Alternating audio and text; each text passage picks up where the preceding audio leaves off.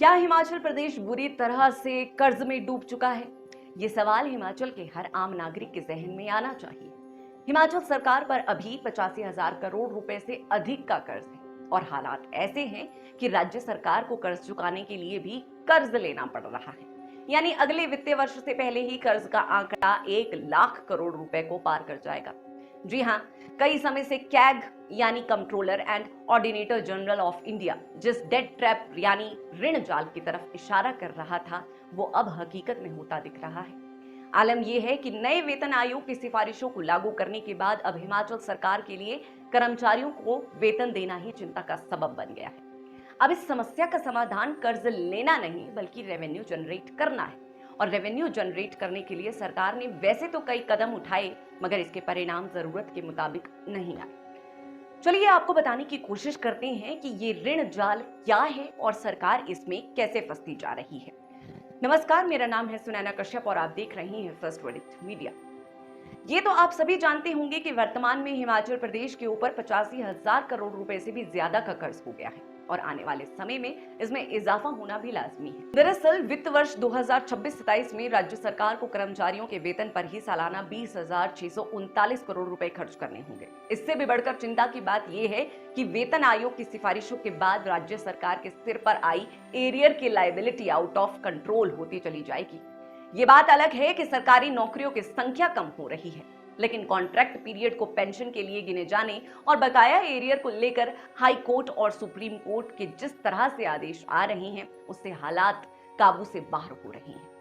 16वें वित्त आयोग के समक्ष राज्य सरकार ने ये सारे तथ्य रखे हैं। अब साल 2018-19 के बाद से बेशक सरकारी कर्मचारियों की संख्या कम हो रही हो, लेकिन वेतन का खर्चा बढ़ रहा है। खर्च बढ़ने के कारण नए वेतन आयोग की सिफारिशें भी हैं। 16वें वित्त आयोग के समक्ष पेश किए गए वित्तीय मेमोरेंडम में हिमाचल सरकार ने दर्ज किया है कि नए वेतन आयोग के बाद से सरकारी कर्मचारियों के वेतन का खर्च 59% तक बढ़ गया है। प्रदेश सरकार में शिक्षा व स्वास्थ्य विभाग के कर्मचारियों की संख्या सबसे अधिक है और इन्हीं दो विभागों के कर्मचारियों के वेतन पर सबसे अधिक खर्च हो रहा है। अब इस रिपोर्ट के अनुसार 2026-27 में सरकारी कर्मियों के वेतन पर ही सालाना 20,639 करोड़ रुपए खर्च होंगे।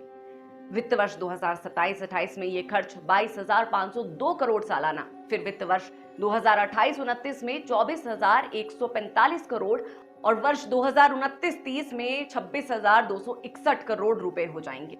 वर्ष 2030-31 में सरकारी कर्मियों के वेतन का खर्च सालाना 28,354 करोड़ रुपए हो जाएगा। बहरहाल ये तो बात हुई कर्ज की, अब चर्चा राजस्व बढ़ाने की भी करते हैं। फिलहाल प्रदेश सरकार ने वित्त आयोग के समक्ष तर्क दिया है कि वाटर सेस के जरिए राजस्व बढ़ाने का विकल्प तलाश किया गया था, लेकिन ये फैसला अदालतों के फेर में फंस गया।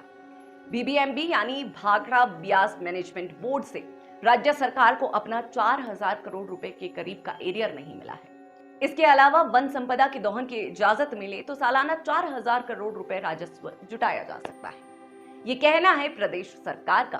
तर्क तो दे दिए गए, मगर ये पूरे कैसे होंगे ये सरकार ही जाने। वाटर सेस का आइडिया पूरी तरह से फ्लॉप हो चुका है। टूरिज्म को बढ़ावा देकर रेवेन्यू जनरेट करने की बात तो दूर, इस विभाग को पहले कोई मंत्री ही मिल जाए तो शायद किसी विजन के साथ कुछ बेहतर हो सकता है।